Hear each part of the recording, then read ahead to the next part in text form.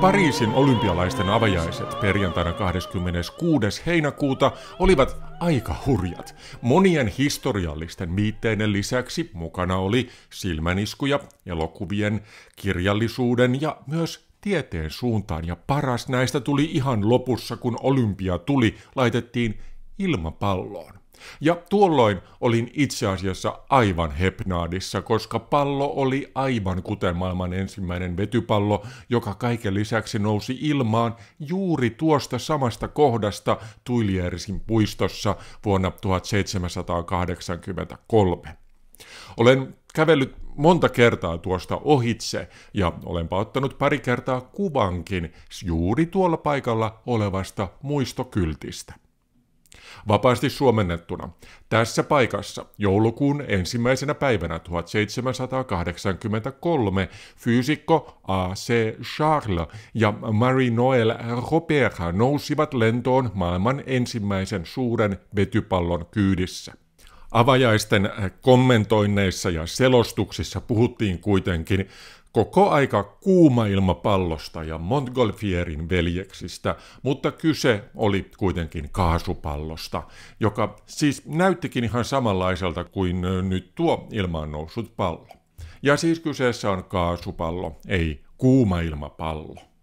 Kerron kohta tästä olympialaisten varsin hienonäköisestä pallosta lisää, mutta puhutaan ensin kuumailmapalloista ja näistä palloista yleisestikin ottaen. Nimittäin ideanahan näissä palloissa, aerostaateissa, on se, että niiden sisällä on jotain ilmaa kevyempää kaasua. Se voi olla kuumaa ilmaa, tai se voi olla kaasua, kuten vetyä tai heliumia. Suurin osa taivaalla lentävistä palloista on kuitenkin kuumailmapalloja, ja niissä ilmaa kuumennetaan yleensä kaasulla ja se puhalletaan pallon sisälle ohjaamalla liekki juuri sinne. Ja tosiaan, ensimmäinen tällainen kuumailmapallo, sekin oli ranskalainen, Montgolfierin veljesten, siis Joseph ja Jacques Etiennein tekemä. He olivat paperitehtailijoita Avignonista, ja se oli itse asiassa Joseph näistä veljeksistä, joka keksi ensimmäisenä idean ilmaan nousemisesta. Hän oli seurannut tarinan mukaan, miten pyykkiä kuivattiin nuotion päällä ja toisinaan savua kertyi lakanoiden alle pussiksi, jolloin lakana alkoi nousta ylöspäin. Ja hän päätteli tästä ihan oikein, että savu saa aikaan leijumista, tosin eihän se ole savu, vaan se on se kuuma ilma, mutta hän päätti tehdä kokeen. Hän rakensi noin metrin kanttiinsa olevan kehikon ohuesta puusta, peitti sen sivut ja päällipuolen kankaalla ja sytytti laatikon alla vähän paperia palamaan. Ja yllättäen laatikko nousikin ilmaan. Joseph kirjoitti sitten Pariisissa opiskelemassa olleelle veljelleen ja pyysi häntä avukseen tekemään hieman isomman laatikon.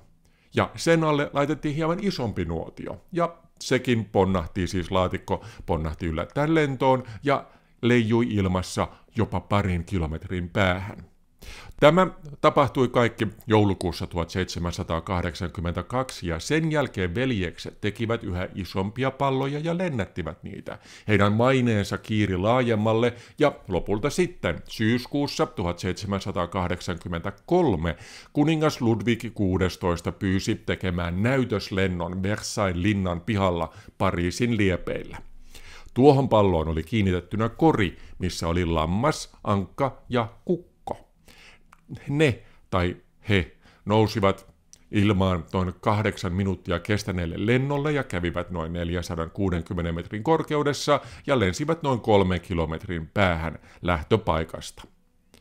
Tietystikin seuraava ajatus tästä eteenpäin oli se, että eipäs laitetakaan enää eläimiä kyytiin, vaan mennään itse. Ja tuo lento tapahtui lokakuussa 1783. Etienne Montgolfier nousi noin 8 metrin korkeuteen, mutta tuo pallo oli vielä köydellä kiinni maassa, joten hän ei lentänyt vapaasti, eikä hänen lentoaan voi pitää siten ensimmäisenä kunnollisena ilmalentona. Se tapahtui sitten 21. päivä marraskuuta 1783, siis vain pari viikkoa aiemmin, kun Charles ja Robert lensivät vetypallollaan Tuiliersin puistosta sieltä olympiatulipaikasta. Nuo molemmat, ne olivat ensimmäisiä kertoja, kun ihminen nousi kunnolla lentoon.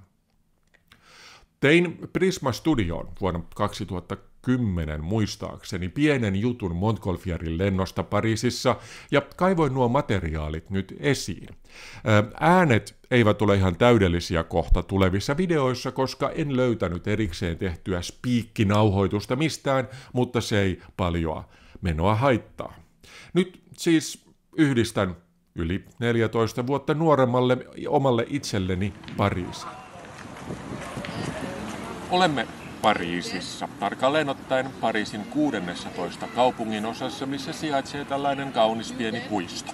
Itse asiassa aikanaan 1700-luvun lopussa tämä ei ollut mikään muu kuin pieni Boulognen metsän kaupungin puoleinen palanen. Tällaista nurmikkoa oli täällä kaunis aukio, joka kuului Muetin linnan. Tuolla takana näkyy Château de la Muetin nykyisiä palasia, jossa sijaitsee OECDn päämaja. Mutta aikanaan se oli aatelislinna ja koko joukko aatelisia ja myös kuningas Ludwig XVI ja Marie Antoinette olivat täällä paikalla todistamassa historiallista tapahtumaa 21. päivä marraskuuta 1783. Silloin tästä juuri näiltä tiluksilta nousi ilmaan ensimmäinen kuuma ilmapallo, mukanaan Arlandesin markiisi, upseerismies, sekä nuori lääketieteen opiskelija Pilet de Rosier. Ja tästä siis he nousivat pienelle lentomatkalle Pariisin yläpuolelle. Kaksikko lensi Pariisin päällä tuulen mukana noin 9 kilometrin matkan, noin 25 minuutissa, ja nousivat parhaimmillaan noin kilometrin korkeuteen. Ja he laskeutuivat alas nykyisen Place d'Italien luokse. Siis tänne Place d'Italien luokse. Nämä seudut aikanaan olivat kaupungin ulkopuolella. Täällä oli niittyjä ja tuulimyllyjä, joten tämä oli hyvä paikka laskeutua lennon jälkeen.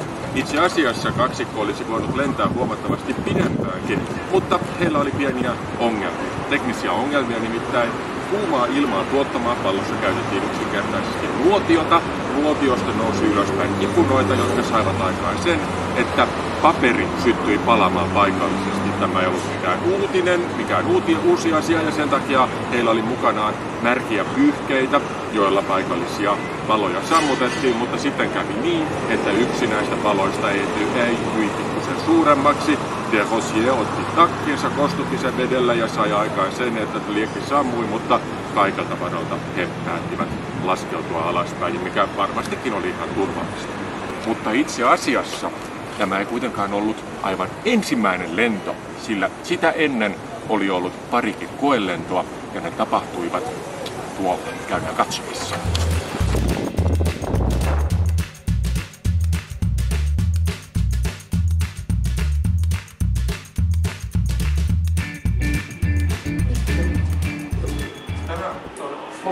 Saint-Antoine-niminen kaupungin osa aivan Bastillen vieressä. Tuosta katua tuonne päin noin pari minuutin kävelymatka. Täällä yhä edelleen on aika paljon erilaisia käsityöläisiä, mutta niin oli tuolloin 1700-luvun lopussa.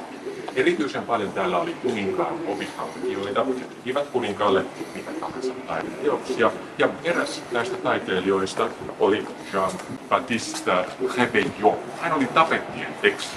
Ja Montgolfierit toimittivat Réveillonille paperia tapettajaa varten, ja kun tähän paperiseen kuumailmapalloon tarvittiin kauniit kuvat tietystikin sekä kuninkaallinen leima, ei leima vaan logo kylkeen, niin Réveillon teki Montgolfierien pallon sellaisen.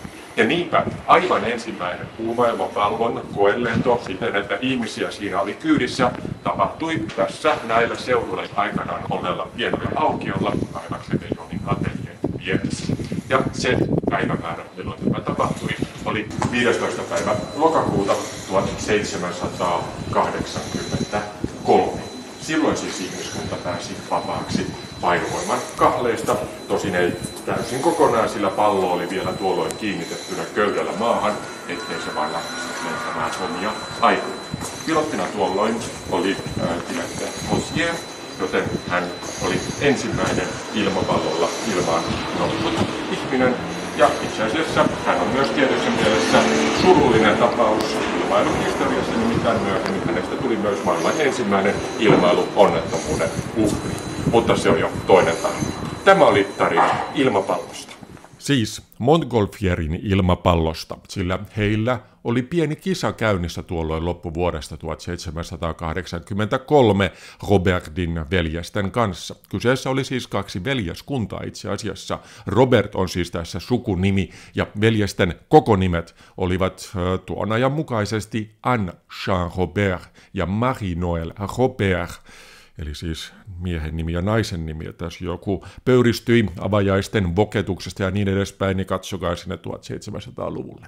Anyway, he kehittivät kaasupalloa yhdessä Jacques Charlesin kanssa. Montgolfierit ennättivät tekemään kuitenkin lentonsa ensin, mutta kaasupallo tuli hyväksi kakkoseksi. Päivä, se oli siis 1. joulukuuta 1783, kun professori Charles ja Marie-Noël Robert nousivat pallollaan lentoon juuri tuolta Tuiliersin puistosta.